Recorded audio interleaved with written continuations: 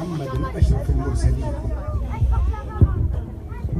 الحمد لله الذي كرم الأكوان بالنبي الشريف وحباها بتجلية الواضح الظاهر.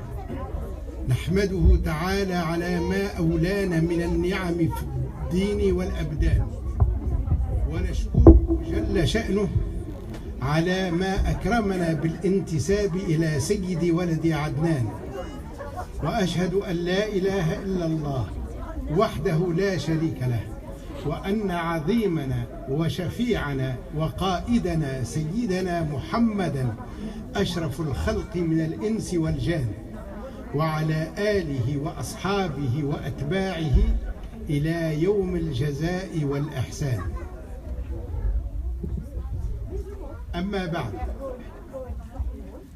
شمل رسول الله صلى الله عليه وسلم بعطفه الأحمدي وفيضه المدد سائر الصحابة الكرام وآل بيته العظام، ولكنه اختص منهم على سبيل المودة فقراء المهاجرين المعروفين بأهل الصفة الذاكرين، الذين كانوا يأوون إلى موضع مظلل في مسجده بالمدينة المنورة يحاورون حبيب الله، وعنه يتلقون أنوار الوحي وسنايا، يتعلمون منه القرآن ويتنعمون في معارج الإحسان، يقومون الليل بالأذكار ويقضون النهار في العبادة والاعتبار.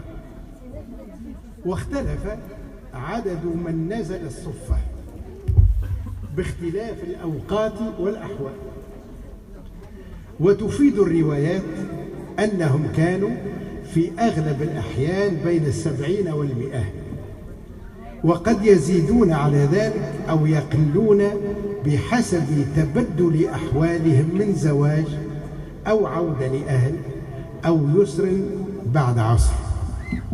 Donc, si on peut résumer la transmission de Sidna Muhammad, son amour, les flux spirituels par lesquels il a gratifié ses compagnons, ses différents compagnons, bien sûr on sait qu'il était généreux, miséricordieux, qu'il y avait cet amour envers tous les compagnons. Mais parmi ces compagnons, il y a qui ont été distingués par un amour particulier, par une relation particulière. Il s'agit ici des gens du banc, Ahl-Sufa, qui se composaient des pauvres émigrés, des pauvres étrangers à la Mecque, qui passaient leur journée dans les assemblées de l'invocation d'Allah Tabaraka wa Ta'ala, et qui font appeler donc, qui étaient donc souvent dans la mosquée de Sidna Muhammad et qui furent appelés les gens du banc, Ahl-Sufa. Et le cheikh nous rappelle que dans les récits par rapport à ces nobles compagnons, à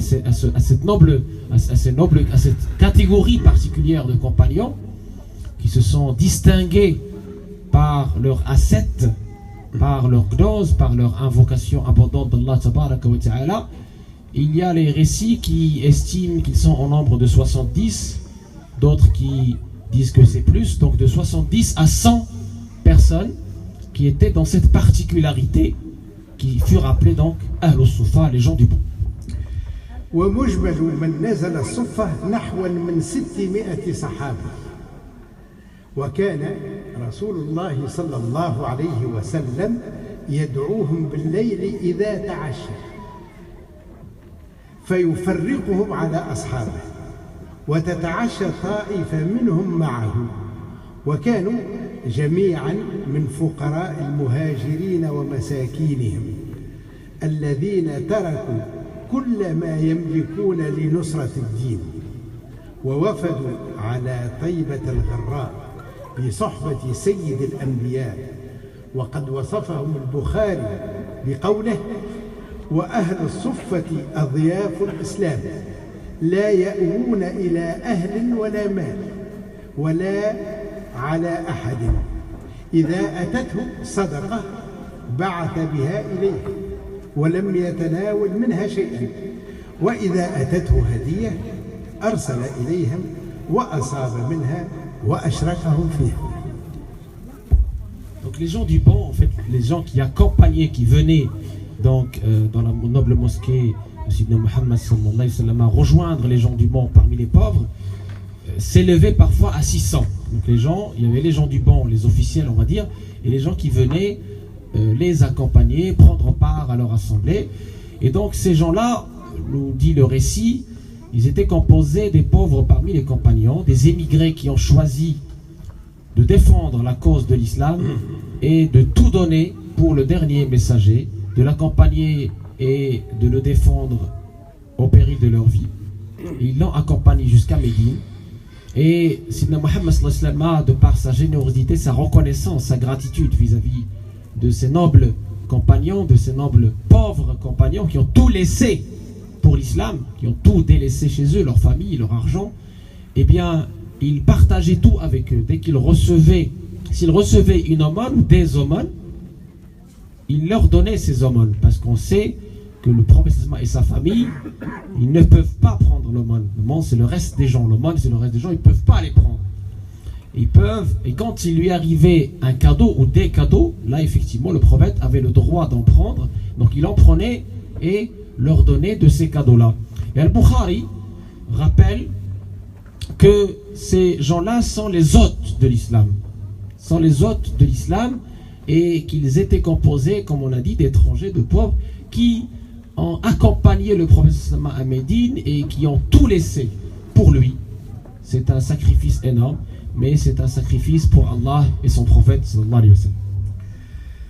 ومن هذه الآثار السنية في محبته وتعظيمه لهم ما رواه البخاري عن أبي هريرة قال: والله الذي لا إله إلا هو إن كنت لأعتمد بكبدي على الأرض من الجوع، وإن كنت لأشد الحجر على بطني من الجوع، ولقد قعدت يوما على طريقهم الذي يخرجون منه، إلى أن مر بي أبو القاسم صلى الله عليه وسلم فتبسم حين رآني وعرف ما في نفسي وما في وجهي. قال: أبا هريرة. قلت: لبيك يا رسول الله. قال: ألحق. ومضى. فتبعته فدخل فاستأذن فأذن لي، فدخل فوجد لبنا في قدح، فقال: من أين هذا اللبن؟ قالوا: أهداه لك فلان أو فلانة. قال: أبا هريرة. قلت: لبيك يا رسول الله. قال: ألحق إلى أهل الصفة فادعهم لي، فساءني ذلك. فقلت: وما هذا اللبن في أهل الصفة؟ كنت أنا أحق أن أصيب من هذا اللبن شربة أتقوى بها، ولم يكن من طاعة الله وطاعة رسوله بد. Une belle histoire que rapporte Al-Bukhari sur les gens du bon Al-Suffa. Donc Abu Huraira rapporte cette histoire de lui-même, c'est une autobiographie. Sidna Abu Huraira, il disait dans les moments d'épreuve avec Sidna Muhammad sallallahu alayhi wa sallam, il allait presque mourir de faim. Il avait le ventre plat au point même qu'il mettait des pierres pour calmer la douleur de la faim. Ça, c'est Abu Huraira, il raconte. Et il dit: je suis resté comme ça dans la rue jusqu'à ce que je vois Abu al-Qasim, le dernier messager, Kunyatuhu, son surnom c'est Abu al-Qasim, le père de al-Qasim.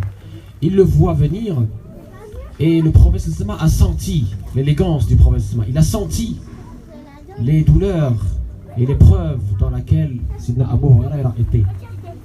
Et il dit à Abu Huraira, il fit signe à Abu Huraira de le rejoindre. Sidna Abu Huraira obtempéra. Je rappelle que Sidna Abu Huraira était parmi les gens du banc, était parmi Al-Suffa. Et donc, ils s'approchent donc du prophète, ils partent ensemble. Et Sidna Rasulullah sallallahu alayhi wa sallam, il lui montre un peu de lait qui lui a été offert comme cadeau. C'est un peu de lait, à peine il suffit pour une personne. Et il dit à Abu Huraira, il donne la permission à Abu Huraira de s'approcher, et il lui demande d'aller chercher les autres, d'aller chercher les gens du banc. On a dit qu'ils étaient entre 70 et 100. Et Abu Huraira se dit en lui-même, mais c'est peu. Je serais plus en droit d'en boire pour me fortifier, pour avoir des forces, pour me fortifier un peu. Mais je ne pouvais que obéir à Allah et son messager et aller chercher les gens du banc. فأتيتهم فدعوتهم فأقبلوا فاستأذنوا فأذن لهم وأخذوا مجالسهم من البيت. قال أي الرسول صلى الله عليه وسلم أبا هريرة. قلت لبيك يا رسول الله. قال خذ فأعطهم. قال فأخذت القدح فجعلت أعطيه الرجل فيشرب حتى يروى ثم يرد علي القدح ثم أعطيه الآخر فيشرب حتى يروى حتى انتهيت إلى النبي صلى الله عليه وسلم وقد روى القوم كلهم. C'est donc parmi les miracles et les barakas et les bénédictions de Sidna Muhammad quand l'invitation donc des gens du banc est parvenue, et après la permission et les convenances dues au rang de Sidna Muhammad, ils se sont assis autour de lui et il leur a offert le bol de lait à chacun.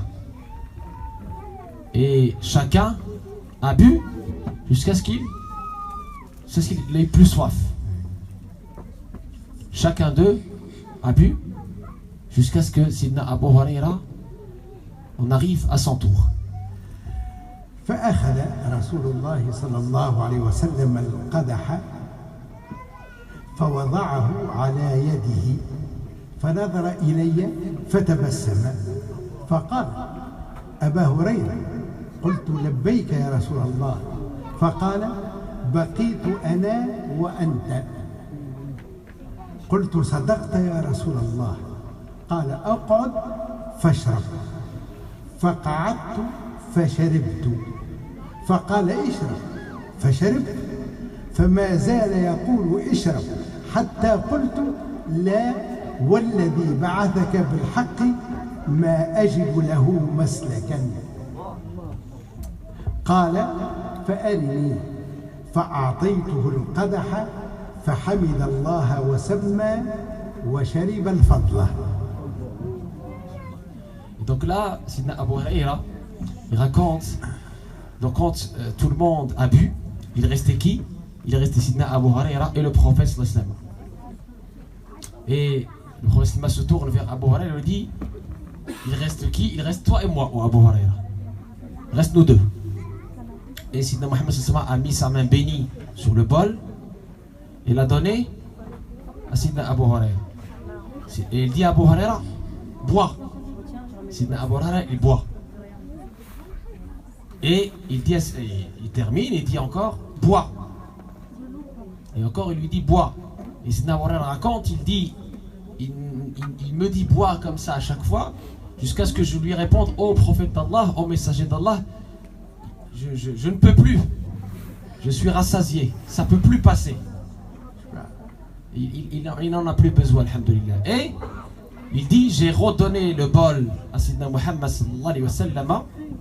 Il a invoqué Allah tabaraka wa ta'ala sur le bol. Il restait encore dans le bol et il a bu de ce bol sallallahu alayhi wa sallam.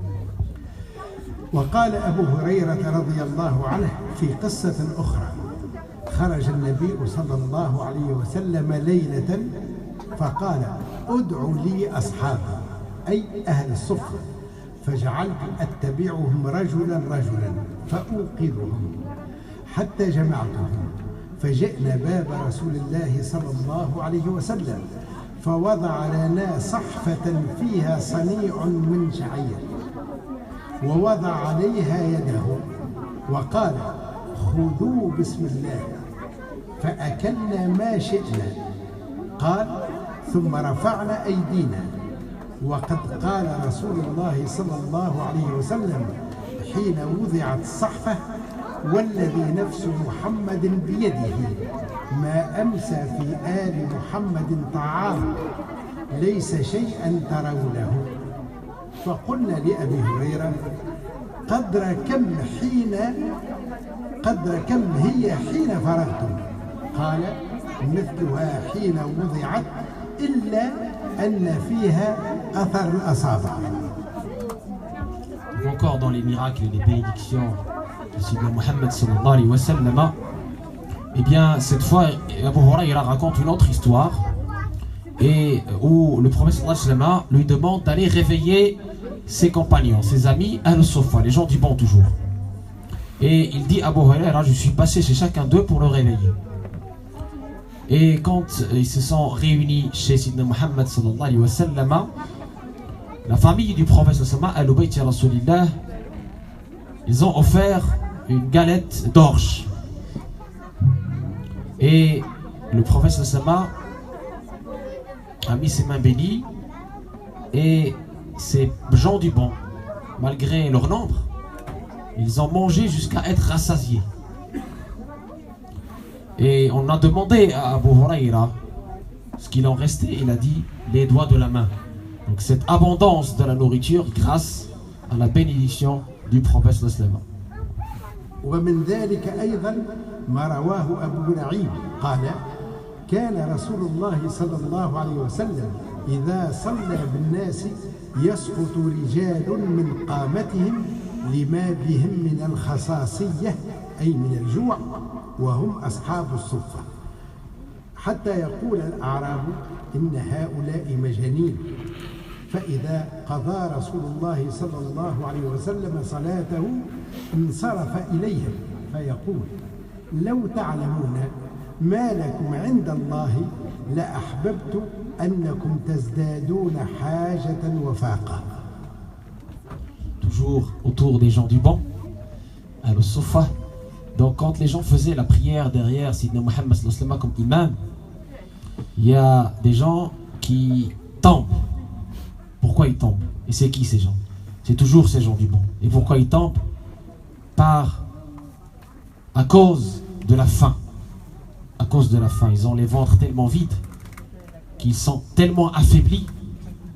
Ils ont subi l'épreuve de la faim. C'était au moment des épreuves de la faim. Ils tombaient. Et les Bédouins qui venaient voir le prophète sallallahu alayhi wa sallam, ils voyaient ces gens du bon tomber comme ça, par la faim, par cette souffrance, cette douleur insupportable. Et ils disaient, ces gens-là sont des fous. Ces gens-là sont des fous. وروى ابن المبارك وأبو نعيم بسند صحيح أن أم المؤمنين عائشة رضي الله عنها كانت تقف عندهم مأخوذة فتبطئ الخطى حتى إذا دخلت قال لها النبي صلى الله عليه وسلم أين كنت؟ قالت يا رسول الله سمعت قراءة رجل في المسجد ما سمعت مثله قط. فقام رسول الله صلى الله عليه وسلم فقال من تدرين من هذا؟ قالت لا. قال هذا سالم مولى أبي حذيفة والحمد لله الذي جعل في أمتي مثل هذا. Donc pour continuer la traduction de ce que Cheikh a dit tout à l'heure, Sidna Rasulullah sallallahu alayhi wa sallam a dit en commentaire à ce que les Bédouins ont dit à propos de ses compagnons des gens du bon, si vous connaissez, si vous saviez votre valeur chez Allah tabaraka wa ta'ala, malgré cette souffrance, vous ne saurez que souhaiter être encore dans cet état. Et on rapporte aussi que Aïcha, mère des croyants, épouse de Sayyidina Muhammad sallallahu alayhi wa sallam, a entendu la récitation de quelqu'un. Elle était attirée par cette récitation tellement belle. Et elle partit, elle dit à Sayyidina Muhammad sallallahu alayhi wa sallam, c'est qui cette belle voix? Et il dit, c'est Salim, le servant ou l'esclave de Abu Hudayfa. Et il a dit, Alhamdulillah, que la grâce et la louange à Allah qui a mis dans cette umma des gens comme ces gens-là. Donc vous voyez, c'est un servant et il a atteint ce degré de science et d'éloquence. وعن ابن عباس رضي الله عنهما وقف رسول الله صلى الله عليه وسلم على أصحاب الصفة فرأى فقرهم وجهدهم فطيب قلوبهم فقال أبشروا يا أصحاب الصفة فمن لقيني من أمتي على هذا النعل الذي أنتم عليه راضيا بما فيه فإنه من رفاقي. Et encore une bonne nouvelle, donc le prophète sallallahu alayhi wa sallam, selon ce que rapporte Abdullah ibn Abbas, il voit les gens du bon, il leur annonce cette bonne nouvelle pour les consoler, pour montrer son amour. C'est un amour mutuel entre lui et les gens du bon. Il dit, je vous annonce la bonne nouvelle, celui de ma umma qui est dans les qualités des gens du bon, qui a atteint les qualités du gens du bon, des gens qui sont dans l'invocation d'Allah et dans ses épreuves, malgré cette épreuve de faim, malgré les épreuves qu'il subit, et il est satisfait de son état, il a cette satisfaction par rapport au destin d'Allah, eh bien il sera mon compagnon dans l'au-delà. فرضي الله عن أهل الصفة الذين تشرفوا بمجاورة النبي صلى الله عليه وسلم وآله فغمرهم بفيض عطفه وجماله وجعلهم في الذرية العليا من قربه ووصاله فكانوا من مراجع السادة الصوفية ومن بركات استبارهم فاضت أنوارهم السنية. Et tout ça pour arriver à la conclusion suivante qui est Allah tabaraka wa ta'ala a donné sa satisfaction ainsi que son prophète par rapport à ces gens du bon Ahl-Suffa. Et il y a même effectivement un verset coranique qui a été révélé à propos de Ahl-Suffa. Sois patient, Sber Nafsaka. Avec qui? Avec ceux qui invoquent Allah matin et soir. Ceux qui invoquent Allah matin et soir. Pourquoi? Pour aspirer à sa face, yuridoun. Et donc de cette aspiration spirituelle, de cet amour, des qualités de Ahl-Suffa, des gens de bon, que Cheikh vient de nous présenter, que les soufis se sont inspirés leur voix et ont pris ce sir, ce secret. Et effectivement, parmi les personnes spécialistes de cette science qu'est le soufisme, l'éducation spirituelle, eh bien il y en a qui remontent le nom de sophisme, pas à sauf, c'est-à-dire à la laine, mais directement à al-Suffa, aux gens du bon, qui ont eu cette caractéristique parmi les compagnons, d'être autour du prophète sallallahu, d'être dans l'ascétisme, dans le détachement de tout ce qui n'est pas Allah finalement, et dans la satisfaction et dans l'invocation abondante d'Allah tabaraka wa ta'ala, au point qu'Allah a révélé à leur propos le verset que vous venez d'entendre. Barakallahu fikum. في وصفه حارة المداح والشعراء ونعته وعلاه أعجز الفكرة بالمصطفى لا تقس شمسا ولا قمرا بالنور فاقهما مع وصفه الحسن صلوا على من أتى